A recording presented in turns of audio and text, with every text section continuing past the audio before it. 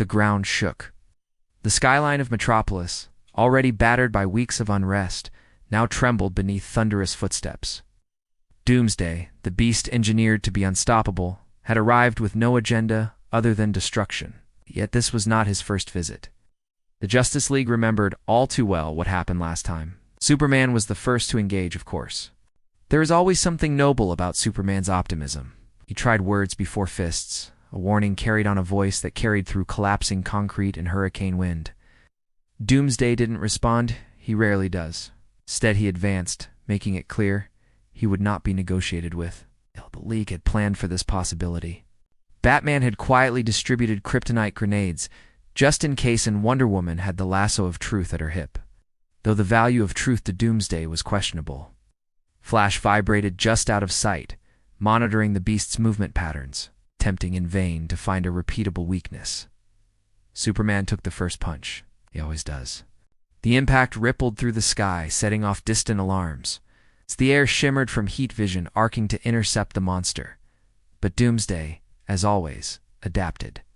The scorched flesh became armor, hardened against the next assault. Aquaman summoned a tidal wave, channeling it between the shattered buildings. Water crashed over Doomsday, slamming him against a parking garage.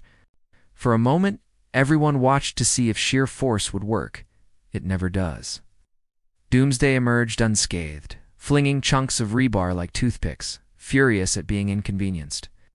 Green Lantern conjured a cage, reinforced with willpower and desperation. Martian Manhunter phased through the ground, hoping to destabilize Doomsday from beneath, efforts admirable and futile.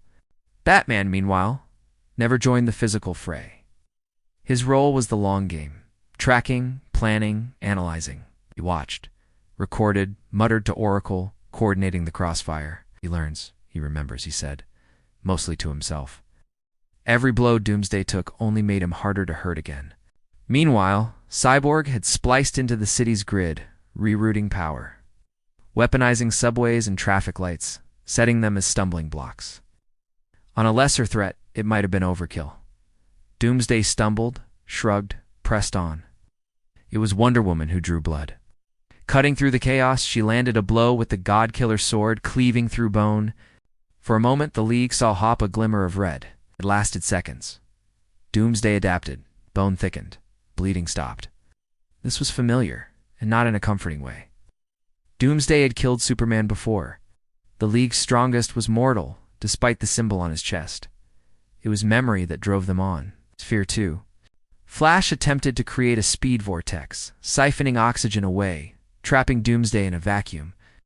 But from within the eye of that storm, Doomsday leapt, almost flying, the speed force itself seemingly no obstacle. Flash was battered aside, miles away before he could blink. Martian Manhunter tried telepathy, prying at whatever counted as thought within Doomsday, recoiled as if burned. There was only rage, and more deeply, a void beyond understanding. He is alive to kill, Manhunter warned, his calm voice uncharacteristically shaken. Plans shifted in real time. Batman's detonators, Flash's speed, Wonder Woman's sword, Green Lantern's constructs, every trick failed. Doomsday drove Superman into the ground, cratered streets and bent steel beams. For every moment of advantage, the League paid in injuries, in exhaustion, in rising uncertainty. They realized what they always knew. Doomsday would not stop until the League did. It was at this point that Batman, pragmatic to the end, made the call. We evacuate, stall him, let the planet's weapons buy us time. It was not a plan that satisfied anyone, especially Superman.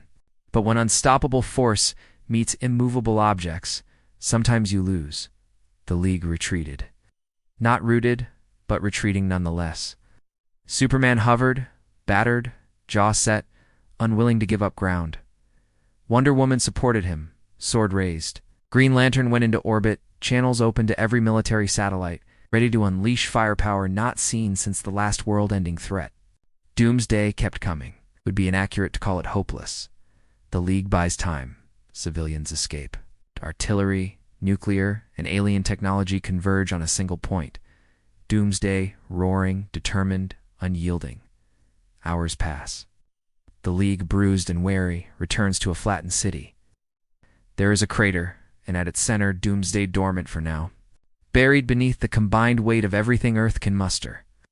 But the League knows what Superman knows. Doomsday never truly dies. For today, the world survives.